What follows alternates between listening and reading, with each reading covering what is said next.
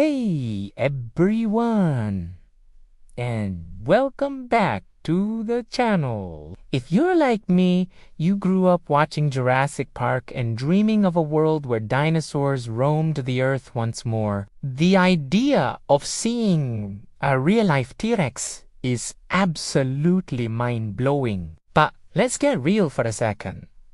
Could we actually do it? Is cloning dinosaurs a sci-fi fantasy? Or is it something our scientists could pull off? Today, we're diving deep into the science to separate fact from fiction. So, let's start with that iconic movie scene. Remember the mosquito trapped in amber? The idea was that scientists could extract dinosaur blood from the mosquito's belly and use the DNA to clone a dinosaur. It sounds plausible, right? Well, the science says otherwise. DNA, the blueprint of life, is a surprisingly fragile molecule. Over time, it breaks down, even under the best conditions, like being frozen in permafrost. Scientists estimate that DNA can only survive for about 1 million years. The last dinosaurs died out 66 million years ago. That's a huge time gap. The DNA would have degraded into tiny, unusable fragments long ago. So, the mosquito in amber method, sadly, that's pure Hollywood magic. But wait, don't get discouraged just yet. The hunt for ancient genetic clues is far from over. While dinosaur DNA is out of reach, scientists have found something almost as exciting: organic material. In 2005, Dr. Mary Schweitzer made a groundbreaking discovery. She found soft, flexible tissues, including what looked like blood vessels and cells, inside a 68-million-year-old T-Rex femur. This was revolutionary. While it wasn't DNA, it was preserved protein. Proteins are built using instructions from DNA. So by studying these ancient proteins, we can learn more about dinosaur biology and their relationship to modern animals. It's like finding a few words from a lost book. You can't read the whole story, but you can get some incredible insights. These discoveries are pushing the boundaries of what we thought was possible and giving us a more detailed picture of these magnificent creatures than ever before. Okay? So if we can't find a complete dinosaur DNA sequence, what's plan B? This is where things get really interesting and a bit like a sci-fi novel. The concept is called distinction, and it's less about cloning and more about genetic engineering. Think of it as creating a Frankenstein dinosaur. The idea is to take the genome of a dinosaur's closest living relative, in this case a bird, and edit it.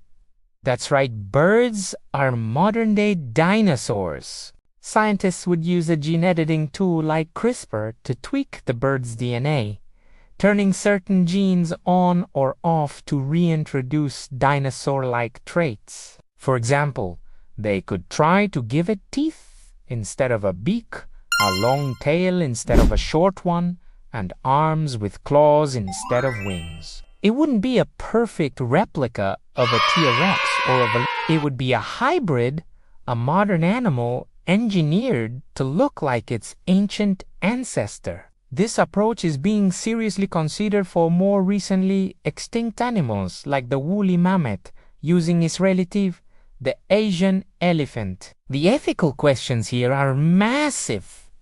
Are we playing God? And would this creature even be a real dinosaur? It's a debate that's just beginning. Let's say, for the sake of argument, we succeed. We managed to create a dinosaur, a real, living, breathing Tyrannosaurus Rex. We popped the champagne, high-fived the lab team, and then what? What happens next? We have to consider the enormous ecological impact. Our world is drastically different from the Cretaceous period. The climate, the plants, the very air we breathe has changed. A resurrected Rex would be an alien in its own world. What would it eat? How are modern ecosystems aren't equipped for a 9-ton apex predator? It could devastate local wildlife, introducing diseases we can't predict. And what about its own well-being? It would be a solitary creature, the last of its kind, with no natural habitat. The ethical dilemma is profound. Would it be right to bring a creature back into a world that is no longer its home, just to satisfy our own curiosity? The potential for an ecological catastrophe is very real. Jurassic Park gave us a pretty clear warning about this. Life finds a way, and often not in the way we expect or can control. So, while bringing back the Brachiosaurus might be off the table for now, the science behind it is opening up incredible new doors. The future of genetic engineering is about so much more than just dinosaurs. The same tools that might one day create a Chickenosaurus are already being used in amazing ways. Scientists are working on using gene editing to bring back more recently extinct species, like the passenger pigeon, which could help restore balance to their original ecosystems. They're also exploring ways to help endangered species survive. For example, they could give a threatened species genetic resistance to a deadly disease. This technology also has huge potential in medicine, with the possibility of editing our own genes to cure genetic diseases like cystic fibrosis or sickle cell anemia.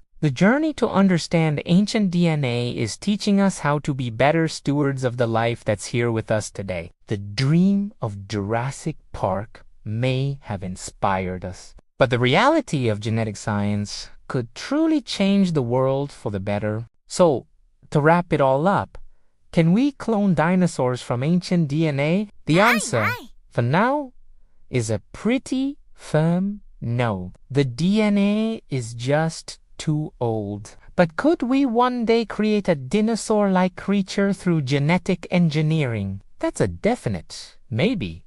But it comes with a mountain of ethical and ecological questions we need to answer first. The real legacy of this quest might not be a theme park full of dinosaurs, but the revolutionary scientific advancements that will help us protect our planet and improve human health. It's a fascinating field that's evolving every single day. What do you think? Should we try to bring back dinosaurs or other extinct creatures?